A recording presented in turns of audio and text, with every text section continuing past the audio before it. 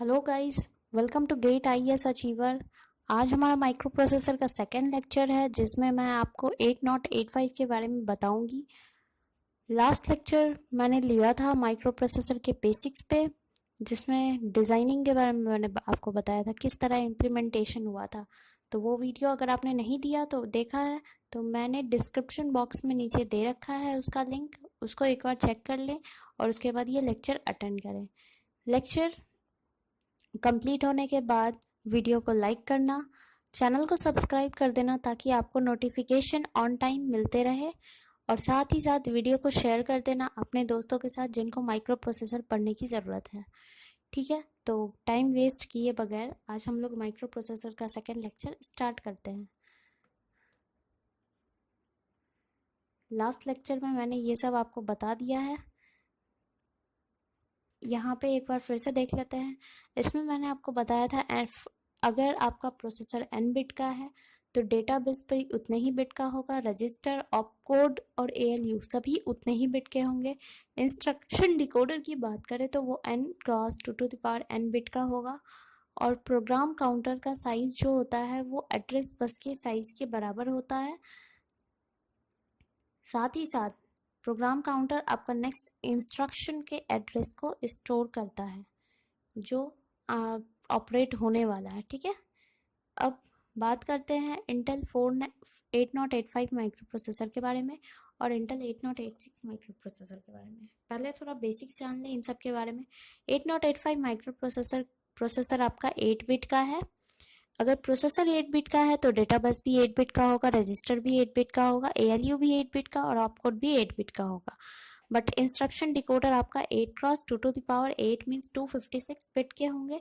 Address bus यहाँ 16 bit का होता है, इसलिए प्रोग्राम काउंटर भी 16 बिट का होगा। मैक्सिमम मेमोरी की बात करें तो वो 64 KB होता है। कैसे मैक्सिमम मेमोरी रैम का साइज मैंने लास्ट लेक्चर में बताया था 2 to the power m cross n। M is for address line and N is for data line। तो यहाँ पे 2 to the power 16 cross N is 8। जब इसको कंप्लीट करोगे, वैल्यूआइज करोगे तो ये 64 KB आएगा। K means kilo, B for byte. ठीक है, टोटल नंबर ऑफ पिन इसमें 40 होते हैं। इनपुट पिन 21 और आउटपुट पिन 27 होता है। ऑपरेटिंग फ्रिक्वेंसी इस माइक्रो प्रोसेसर की 3 मेगाहर्ट्ज होती है और क्रिस्टल भी यूज होता है इसमें, तो क्रिस्टल फ्रिक्वेंसी डबल होती है ऑपरेटिंग फ्रिक्वेंसी के, तो वो 6 मेगाहर्ट्ज होती है। ठीक है, ये इम्पॉर्टेंट है, ये पूछ चुका है और ये भी पूछ चुका है आपके एग्जाम में।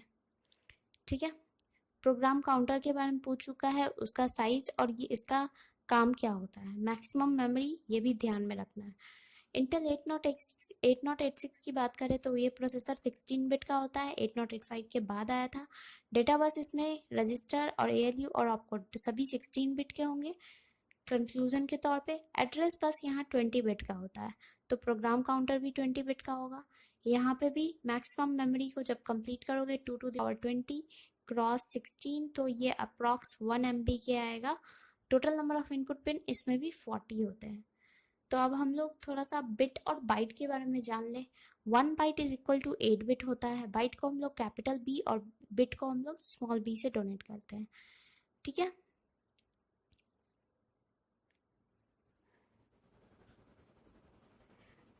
एट बिट का मतलब है कुछ इस तरह से, ये 4 और ये 4 8 बिट होगा। इन कंबाइनली को ये हम लोग 1 बाइट कहेंगे।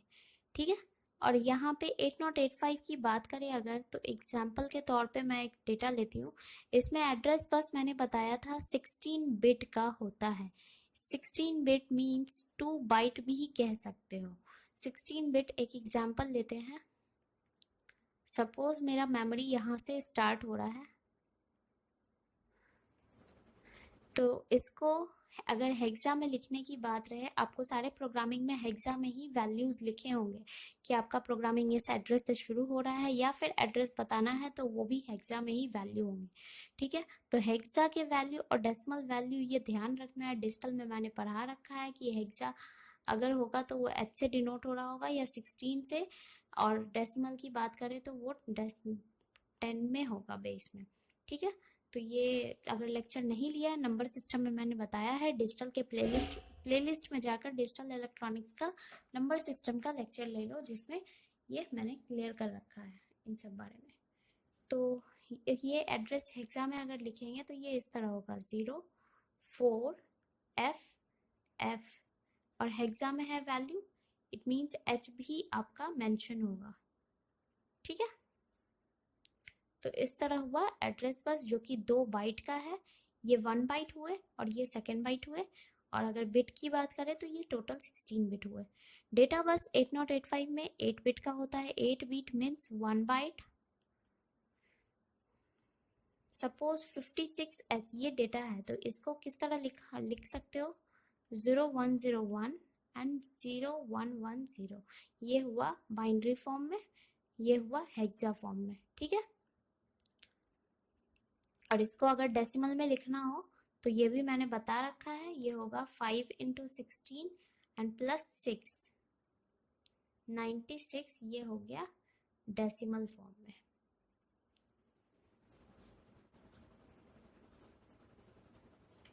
सॉरी 86, ठीक है। इस तरह डेटा और एड्रेस के बारे में आप जिक्र आएगा जब प्रोग्रामिंग हम स्टार्ट करेंगे, तो डेटा भी होगा और एड्रेस भी होगा, इंस्ट्रक्शन सेट भी होंगे, तो सभी हम लोग धीरे धीरे पढ़ेंगे। तो फिलहाल पहले हम लोग पिन डायग्राम देख लेते हैं 8085 का। 40 पिन का आईसी मैंने बताया था, तो ये 40 पिन है, काउंट कर सकते हो, ठीक है। किस तरह लिखा है मैंने ये जानबूझकर अरेंज करके, ताकि याद रहे, कोई दिक्कत ना हो। सबसे पहले एड्रेस मैंने आपको बताया था 16 बिट का होता है, 16 बिट का होता है, मतलब हायर बिट को A15 से मेंशन करोगे अगर, तो A15, A14, A13, A12, 8, 11, 10, 9, 8, 7, 6, 5, 4, 3, 2, 1, 0 means lower bit A0 होगा, हायर बिट A15 होगा। सिमिलरिटी अगर डेटा की बात करेंगे तो ये D7, D6, D5, D4, D3, D2, D1, D0 इस तरह होगा। तो मैंने क्या किया, यहाँ पे होता क्या है कि लोअर ऑर्डर के मतलब AD0 डेटा का D0 से लेके D7 को एड्रेस के A0 से A7 के साथ मर्ज कर देते हैं। डिजाइनिंग में मैंने बताया था कि ऐसा क्यों करते हैं, नंबर ऑफ पिन को रिड्यूस करते हैं हम लोग, ताकि स्पीड इंक्रीज हो, पावर डिसिपेशन कम हो, कॉम्प्लेक्सिटी डिक्रीज हो, ठीक है। तो इसीलिए एड्रेस और डेटा को मल्टीप्लेक्स कर दिया।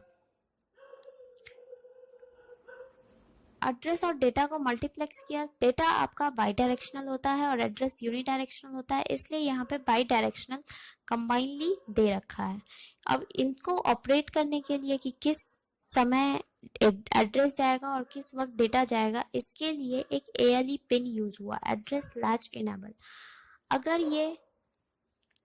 अगर ALE 1 होता है, इट मीन्स कि एड्रेस पास करेगा, और अगर ALE 0 होता है तो डेटा पास करेगा।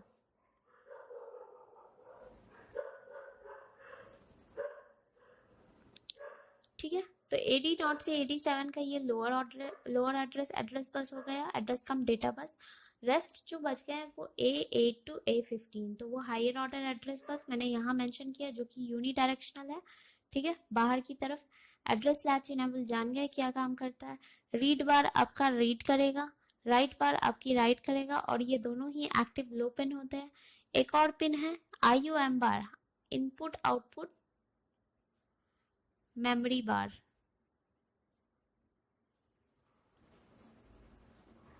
ये करता क्या है, अगर ये पिन 1 है तो as a input output peripheral की तरह काम करेगा, और अगर ये 0 है मीन्स इनपुट आउटपुट 0 हो गया और मेमोरी 1 हो गया, मतलब ये एज अ मेमोरी इंटरफेसिंग काम करेगा, ठीक है, ये काम है। S1 S0 स्टेटस पिन है, इसके 4 ऑपरेशन होते हैं। जब 1 होगा तो ऑपकोड फेच होगा, 10 पे राइट करेगा, 01 पे रीड करेगा, और 00 पे, ये बहुत बेसिक है बट नहीं जानना आपको, इसलिए रहने दो।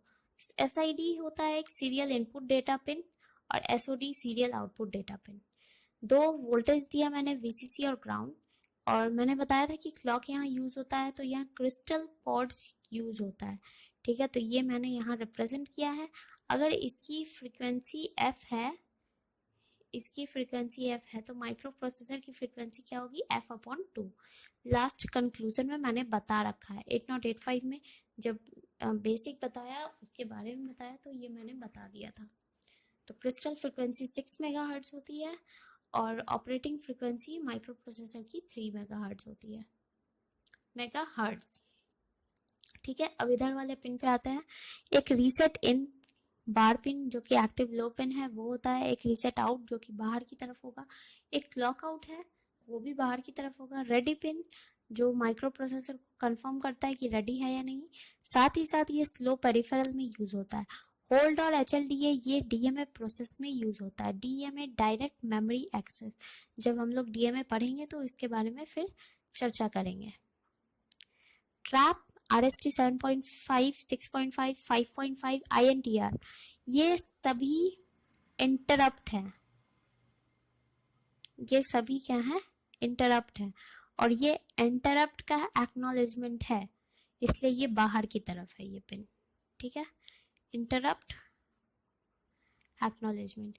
एक चीज नोटिस किया होगा, मैंने टोटल नंबर ऑफ पिन आपको 40 बताया है और इनपुट पिन 21, आउटपुट पिन 27। जब इनपुट और आउटपुट को मर्ज करोगे, ऐड करोगे तो देखोगे 48 पिन हो रहा है, but total number of pin 40 बनाया मैंने। तो ये जो 8 पिन का लोचा है ये आपका यहाँ से हो रहा है, एड्रेस और डेटा जिसको मैंने मल्टीप्लेक्स कर दिया है, बाई डायरेक्शनल है। ठीक है, तो इसमें कोई कंफ्यूजन नहीं होना चाहिए, जो डेटा मैंने बताया है वो बिल्कुल एक्यूरेट है। नेक्स्ट हम लोग मिलते हैं कि ये काम कैसे करता है। सपोज एक एड्रेस है 2000, ये एड्रेस है, इस पे एक डेटा मूव करना है, 56H का डेटा मूव करना है।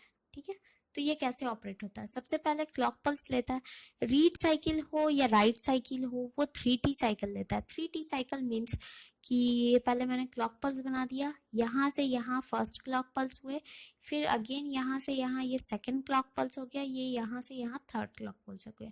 तो ये टोटल 3 क्लॉक पल्स ले लेता है डेटा को रीड करने के लिए या राइट करने के लिए, 3T साइकिल। ठीक है, तो हायर ऑर्डर एड्रेस बिट कब शुरू होगा, हायर ऑर्डर एड्रेस बिट ये यहाँ जैसे ही क्लॉक पल्स स्टार्ट होगा तो वो हायर ऑर्डर को पहले एनालाइज करना सीखेगा। तो हायर ऑर्डर कौन सा है, ये 20, तो हायर ऑर्डर पे 20H चला जाएगा इस बस में।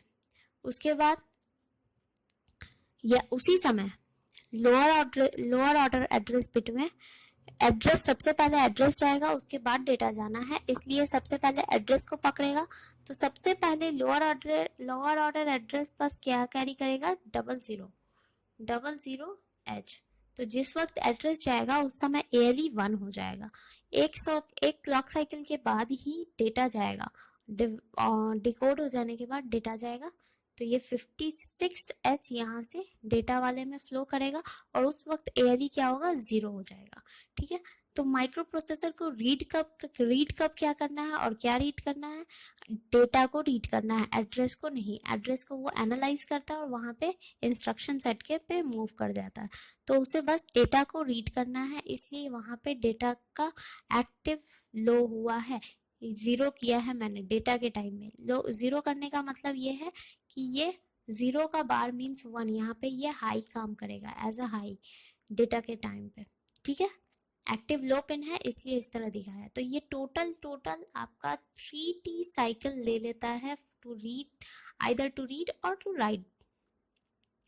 ठीक है, अगर राइट की बात होती तो यहाँ पे रीड बार का साइकिल नहीं, राइट बार का साइकिल होता।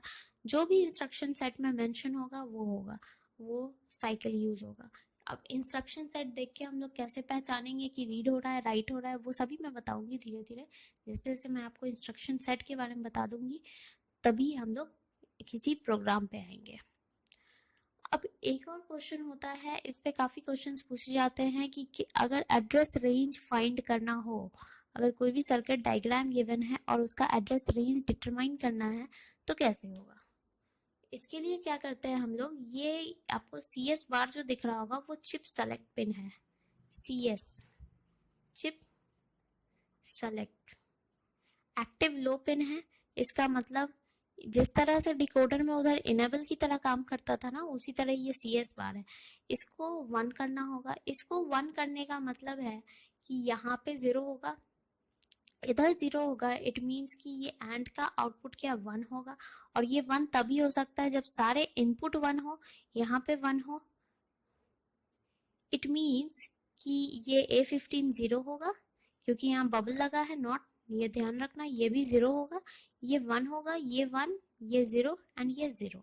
ठीक है, तो एड्रेस इसी तरह कैलकुलेट करते हैं। सबसे पहले A15 की बात करें तो ये 0 हो, A15, फिर A14, A13, A12, A11, A10, A9, A8। ये पहले के इधर ऊपर के हैं, आपके 2 बाइट हुए, फिर A7, A6 and so on A0 तक ऐसा होगा। तो A15 0 यहाँ मैंने देखा, फिर ये भी 0। A13 मस्ट है कि 1 होना चाहिए, A12 मस्ट है कि 1 होना चाहिए, A11 भी मस्ट है 0, और A10 भी मस्ट है कि 0 होना चाहिए। ठीक है, एड्रेस रेंज क्या होता है, मतलब एक इनिशियल वैल्यू होगी और एक फाइनल वैल्यू, यहाँ से यहाँ तक। ठीक है, तो ये बिट तो फिक्स है क्योंकि इसको चिप सेलेक्ट को 1 करना है, तो ये बिट हमारे फिक्स है। तो ये बिट चेंज नहीं होने वाले हैं, इनिशियली भी और फाइनली भी। इनिशियल रेंज है ये, और ये वाला फाइनल रेंज के लिए। ये जो बिट है A9 से A0 ये चेंज हो सकते हैं। मीन्स इनिशियली इन सबको 0 0 0 0 रख सकते हो, और फाइनली में ये 1 1 1 1 रख सकते हो। ठीक है, तो पहले 4 बिट को ले लो, ये कितना हुआ 3 हुआ। देन नेक्स्ट 4 बिट को क्या लेंगे, ये 0, इट मीन्स 3 0, बाकी सभी 0 0 मतलब इट मीन्स 0 0। यहाँ से लेके क्या होगा, फाइनल रेंज की बात करें तो 3, फिर से 4 बिट उठाएंगे, अगेन 3, और उसके बाद सभी 1 1 1 होते हैं तो ये FF आएगा। ठीक है, बाकी लोअर ऑर्डर बिट इधर दिखा नहीं है तो मैंने मेंशन नहीं किया, बाकी आप समझ लेना ये 1 1 1 1 नहीं है और इधर 0 0 है।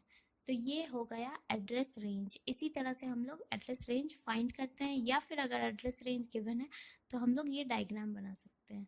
ठीक है, इसको इधर ध्यान देना। अब इससे आप डायग्राम कैसे जाओगे, रिवर्स, जस्ट रिवर्स। तो ये जो 0 0 मेंशन कर रहा है और यहाँ FF रिप्रेजेंट कर रहा है, इट मीन्स कि ये वाले को हम लोग चेंज कर सकते हैं, मतलब ये वाला इस तरह का होगा। ठीक है, और यहाँ पे ये भी हम ले सकते थे, बट यहाँ पे ध्यान देना, अगर वैसा कुछ होता तो ये 0 यहाँ पे F होना चाहिए था, बट यहाँ पे नहीं है। तो अब हमें यहाँ से पकड़ना है कि ये बिट क्या होंगे। पहला तो 3 है, इट मीन 0 0 1 1 ही है दोनों में, बट फर्स्ट वाले में 0 0 0 0 एंड सेकेंड वाले में 3 है। इट मीन्स यहाँ से पता चल रहा है कि ये भी पिन हमारा इसमें यूज्ड है और ये पिन हमारे फिक्स हैं चिप सेलेक्ट के लिए। ठीक है, तो ये रिवर्स हुआ डायग्राम के लिए। तो क्वेश्चन को किस तरह एड्रेस रेंज हम लोग निकालेंगे ये मैंने आपको क्लियरली बता दिया। उम्मीद है कि आपको समझ आ गया हो। अगर नहीं आया हो तो फिर से बताना, मैं इस पर एक नेक्स्ट वीडियो भी बता दूंगी क्योंकि इस पर क्वेश्चंस पूछे जाते हैं। अब हैं कुछ रजिस्टर्स जो आपके 8085 में यूज होते हैं। एक्यूमुलेटर एक रजिस्टर है जिसको हम लोग ए रजिस्टर भी बोलते हैं। हर जगह मैं ए यूज करूंगी, 8 बिट का है यहाँ पे रजिस्टर भी, इसलिए ये भी 8 बिट का होगा। इसे स्पेशल पर्पस रजिस्टर बोला जाता है। उसके बाद BCDEHL ये सभी आपके रजिस्टर हैं जो कि जनरल पर्पस रजिस्टर है, और इन सबको यूजर प्रोग्रामेबल रजिस्टर भी कह सकते हैं क्योंकि इसमें हम लोग चेंजेस कर सकते हैं, कुछ भी बनाया स्टोर कर सकते हैं, रीड कर सकते हैं, राइट कर सकते हैं एंड सो ऑन। कुछ टेम्प्रोरी रजिस्टर हैं जो कि W और Z होता है। टेम्प्रोरी रजिस्टर जो इसमें यूज होता है W और Z, ये दोनों इंटरनल पर्पस के लिए ही बना है और यूजर प्रोग्रामेबल नहीं है, मतलब इसमें हम लोग चेंजेस नहीं कर सकते। बस ये है जिसमें हम लोग अल्टरेशन कर सकते हैं और इसमें नहीं कर सकते। ठीक है, तो ये रजिस्टर्स का एनालिसिस था। नेक्स्ट लेक्चर हम लोग जल्द ही आएंगे जिसमें मैं आपको एड्रेसिंग मोड के बारे में बताऊंगी, फिर किस तरह वर्क करता है क्लॉक साइकिल, और कुछ इंस्ट्रक्शन सेट के बारे में बताऊंगी, जिसके बाद से हम लोग प्रोग्रामिंग करना स्टार्ट कर देंगे और न्यूमेरिकल्स बनाना भी स्टार्ट कर देंगे। तो आज के सेशन के लिए बस इतना ही। वीडियो अच्छी लगी तो लाइक कर देना और साथ ही साथ कमेंट करना जो भी इशू हो, और अगर कॉम्प्लिकेटेड लगा तो वो मैं आपको फिर से नेक्स्ट लेक्चर में क्लियर कर दूंगी ज़रूरत लगा तो, या फिर मैं आपको डायरेक्टली मैसेज करके बता दूंगी। साथ ही साथ वीडियो शेयर कर देना अपने दोस्तों के साथ। तो मिलते हैं हम लोग नेक्स्ट लेक्चर जल्दी। अभी के लिए गुड बाय।